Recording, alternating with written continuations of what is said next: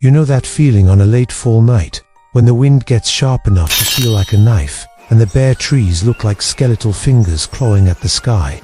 There's a certain silence that falls, a heaviness that settles over everything.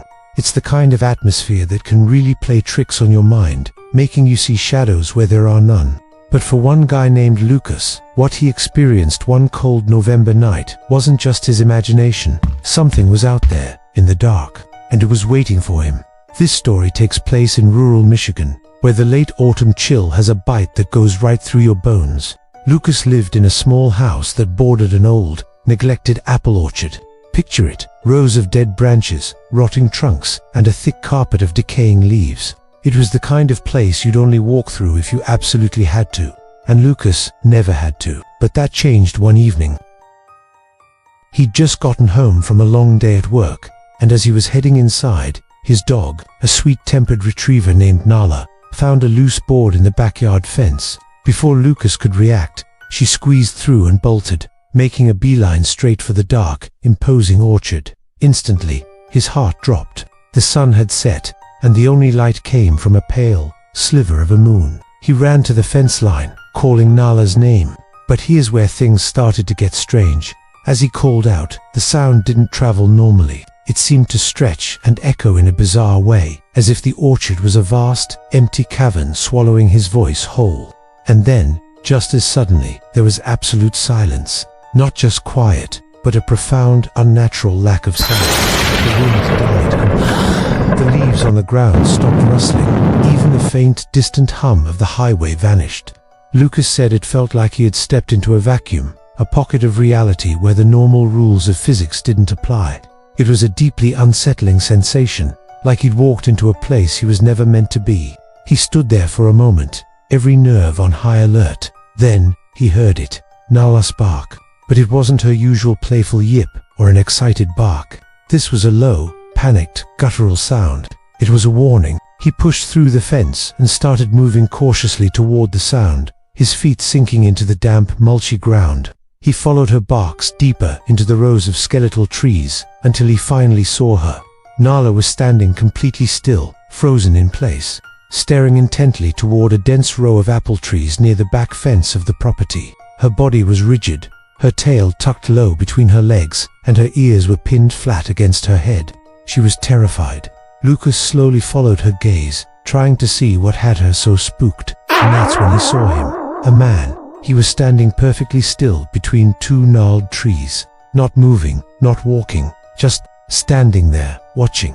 His clothes looked strange, oddly outdated. Lucas described them as workwear, but from a different era, maybe the 80s or 90s. A faded flannel shirt, worn denim jacket, and heavy boots. But the most disturbing detail was his face. It was completely obscured by shadow, a perfect, featureless void, even though the faint moonlight was hitting the rest of his body. There was no reason for his face to be that dark. A cold dread, sharp and immediate, washed over Lucas. His whole body went tight. He tried to rationalize it. Maybe it was a neighbor, a hunter. He cleared his throat, his voice shaking slightly, and called out, "Hey, you all right? Need any help?" There was no answer, not a sound, not a movement. The figure just stood there, a silent statue in the gloom. Then, the man took a step forward. It was a slow, deliberate movement, and Lucas noticed he was dragging one leg slightly, a subtle, unnatural movement. But the detail that made the hair on his arm stand up was the sound, or rather, the lack of it. The man's boots made no noise on the thick layer of dry, crunchy leaves. There were no twigs snapping, no rustling, nothing. It was as if he was gliding over the ground. He took another silent step, and another, closing the distance. That was enough. "Nala, come on, let's go," Lucas snapped, his voice cracking with fear. Nala, needing no further encouragement, spun around and darted back toward the house, but the man just kept coming. Lucas tried to back away, to turn and run, but he described a bizarre feeling, like an invisible force was pulling at him, holding him in place. It felt like gravity itself was heavier in that one spot, rooting him to the ground. The figure got closer and closer, that silent, limping gait becoming more menacing with every step. Panic was setting in, a raw, primal terror that threatened to paralyze him completely. Just as the figure was only about 20 feet away, a sound from the real world shattered the spell. A distant car horn honked, just one sharp, ordinary blast. And in that instant, the orchard came back to life. A gust of wind rushed through the trees, making the dead branches rattle and groan. The distant highway noise returned. The oppressive silence was broken. The connection, whatever it was severed. Lucas didn't wait to see what would happen next. He turned and sprinted, his lungs burning, his feet stumbling over unseen roots. He didn't dare look back until he was safely inside his house. The door locked and bolted behind him. Nala was whimpering by his side, pressing against his leg. His heart was still pounding in his chest, but he crept to the living room window, the one that looked out over the backyard and toward the orchard. He peered through the glass, his breath fogging up the pane, and he saw him. The man was standing just beyond the tree line, right where the orchard began.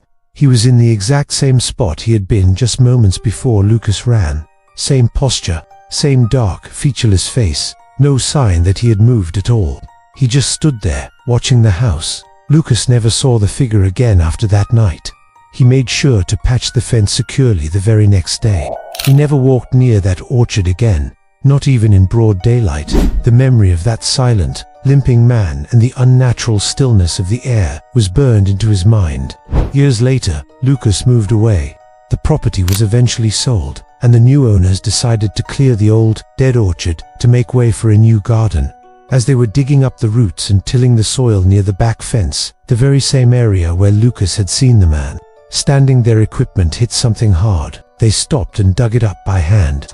What they found was a collection of personal effects, buried shallowly in the dirt. A pair of old, worn-out work boots, the tattered remains of a flannel shirt and a denim jacket, and bones.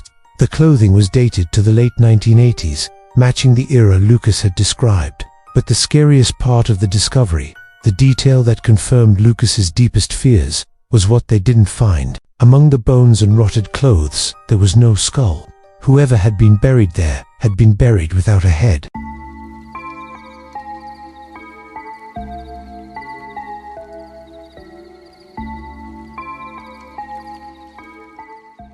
Our next story comes from a woman named Tessa, who found herself living alone in a small, older rental house in Vermont.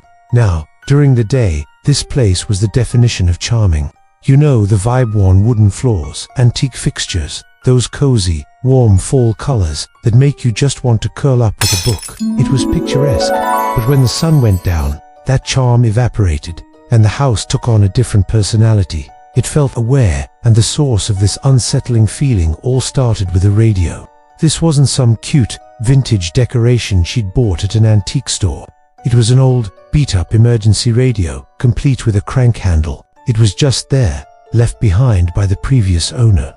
Tessa didn't think much of it. It looked broken, ancient. She figured it was just another piece of junk that hadn't been cleared out. She assumed it didn't even work. That was her first mistake. One night, in early November, the kind of night where the Vermont cold feels like it's biting right through the walls, Tessa woke up. She was pulled from sleep by a faint, crackling sound.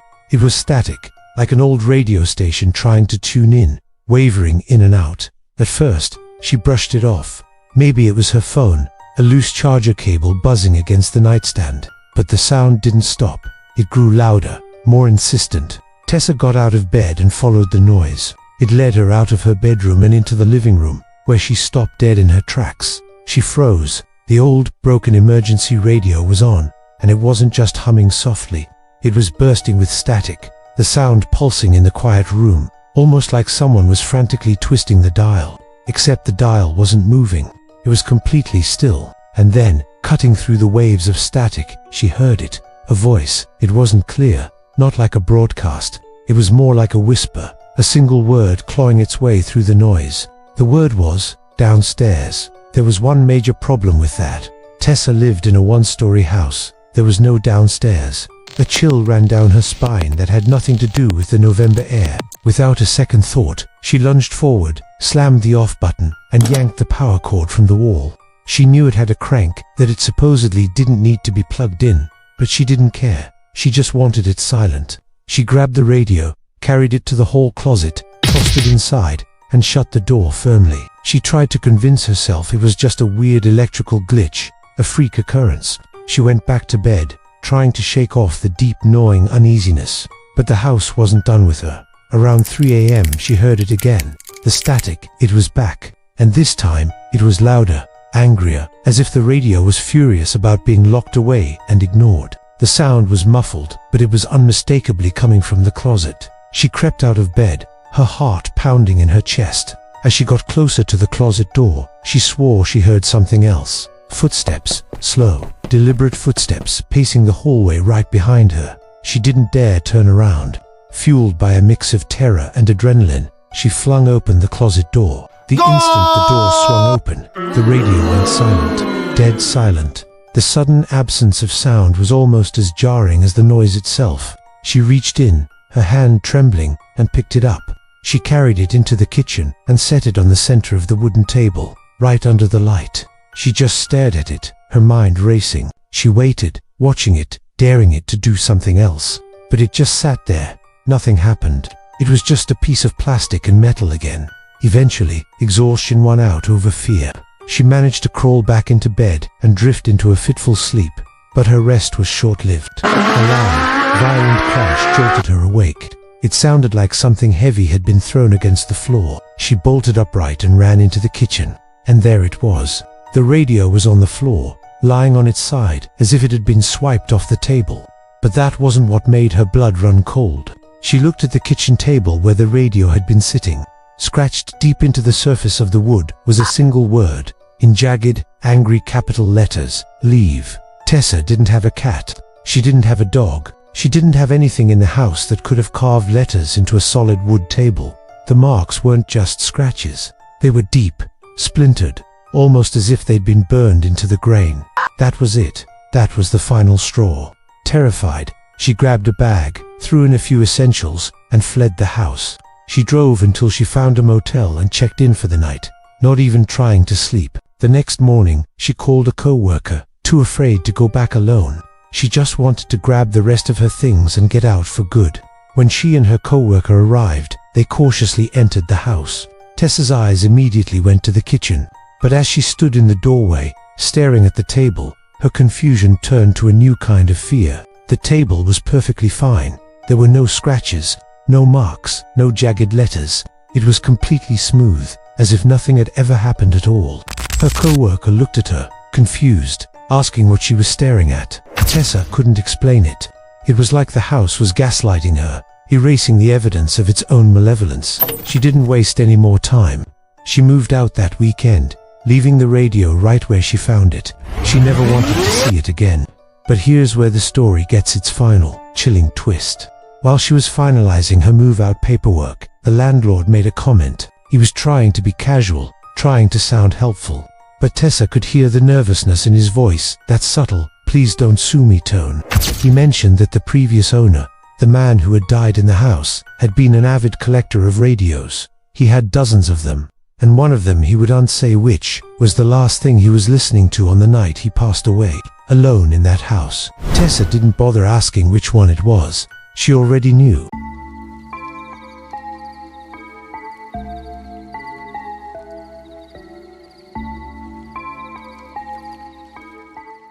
Sometimes, it's the sound of something waiting. Our final story tonight comes from the towering peaks of Colorado, where the night air can feel like ice, and the mountains hold secrets that are best left undisturbed. Every fall, a group of close friends made it a tradition to go hiking together. It was their way of reconnecting with nature and each other. But one year, they decided they were tired of the same old, well-trodden paths. They wanted an adventure, something with a little more edge. They found exactly what they were looking for online: an old, abandoned trail called Frost Ridge. Local forums and old hiking blogs whispered that it led to a half-collapsed cabin deep in the woods. The perfect destination for a spooky autumn hike. Right, what could possibly go wrong? Frost Ridge wasn't a particularly long trail, maybe only a few miles. But from the moment they stepped onto the path, the entire atmosphere shifted. It was uncanny. One of the hikers, a woman named Erin, later said it felt like they had walked through an invisible curtain into another world.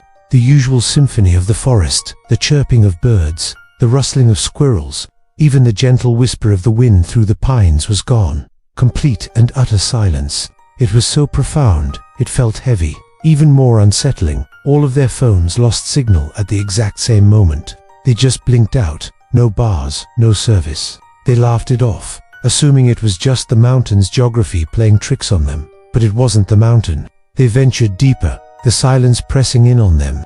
About halfway to where the cabin was supposed to be, they started noticing strange markings carved into the trees. They weren't just random scratches. These were deliberate symbols. Each one was a tall, thin figure, almost like a stick person, but with multiple, unnaturally long arms branching out from its torso. At first, it was just one or two, weathered and old. But the farther they walked, the more they appeared, fresher and more numerous, lining the trail like silent sentinels. A chilling feeling began to creep over the group. It was Erin who felt it first, a persistent, nagging sensation that they weren't alone. She described it as the feeling of someone walking just behind her, perfectly matching their pace. Every few minutes she'd spin around, her heart pounding, expecting to see a person or an animal. But there was never anything there, just the empty, silent trail and the ever-watchful trees. She tried to dismiss it as paranoia, her mind playing tricks on her in the eerie quiet. But the feeling wouldn't go away. It felt real. It felt deliberate. As the sun began to dip below the mountain peaks, the forest was plunged into that strange, bluish twilight that happens just before dark. And that's when they saw it. Through a clearing in the trees stood the cabin. It was exactly as the rumors described, a dilapidated skeleton of a structure.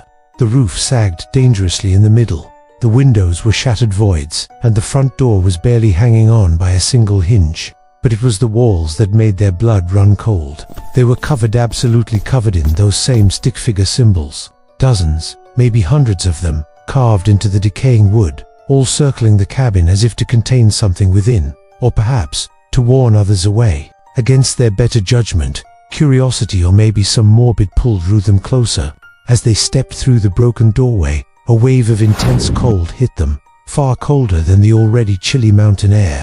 It was a deep, penetrating cold that seemed to emanate from the very foundations of the cabin. And there, in the center of the single dusty room, was the source of their dread made manifest. It was a wooden effigy, a sculpture. It stood nearly 6 feet tall, crudely carved from dark wood, a stick-like body, spindly limbs, and those same multiple, outstretched arms. It was a three-dimensional version of the symbols they'd been seeing all along the trail. The sight of it broke the spell. The creepy adventure was no longer fun. Erin, her voice trembling, begged the group to leave immediately. This place was wrong, deeply wrong. But before they could even turn to go, they heard a sound from outside. A distinct crunch of leaves under a heavy foot. It was slow, deliberate. Then, another crunch, joining the first, and a third. The group froze, their eyes wide with terror in the dim light. No one dared to breathe, let alone look out the busted windows. The footsteps stopped right outside the doorway. Silence descended again, thick and suffocating. And then, knock.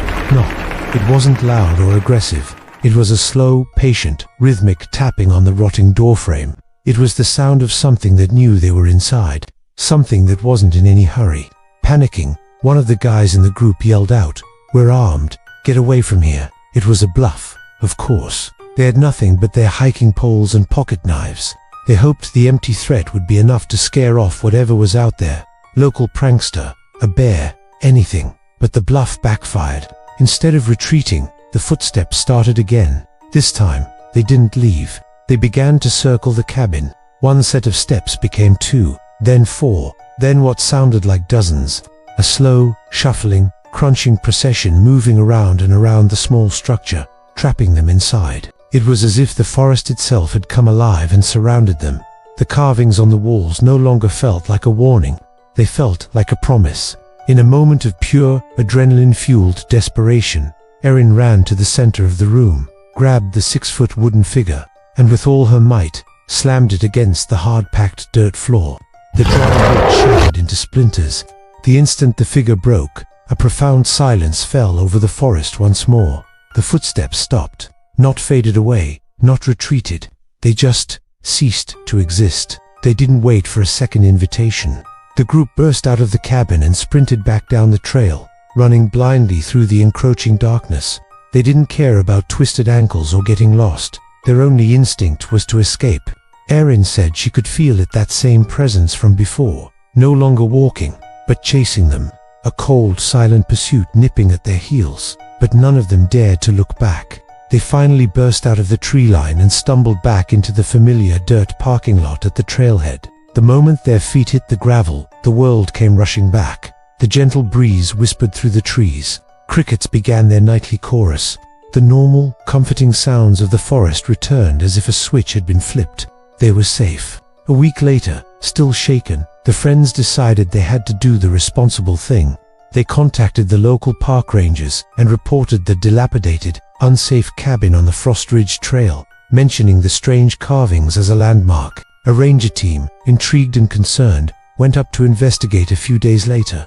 But here's the part that will keep you up at night. The rangers found nothing. There was no cabin, no ruins or debris, no broken down structure of any kind. They searched the entire area and found no trace of the carvings in the trees. No shattered wooden figure, no sign that anything they described had ever been there at all. The trail was clean, pristine. The rangers concluded that the friends must have gotten disoriented, taken a wrong turn, and imagined the whole thing. But the group knows what they saw. They remember the cold, the silence, and the terror of being surrounded. And for Erin, the story never really ended. She swears that she never heard footsteps the same way again. She said that now, sometimes, on a crisp November night, when the air is still and deathly quiet, she'll catch the faintest sound just over her shoulder. A slow, deliberate crunch of a single footstep. Just one, as if something found her again, and is patiently waiting. Thanks for watching. If you have a story you think is stranger than this one, share it with us in the comments. And don't forget to like and subscribe for more tales from the shadows. Stay safe out there.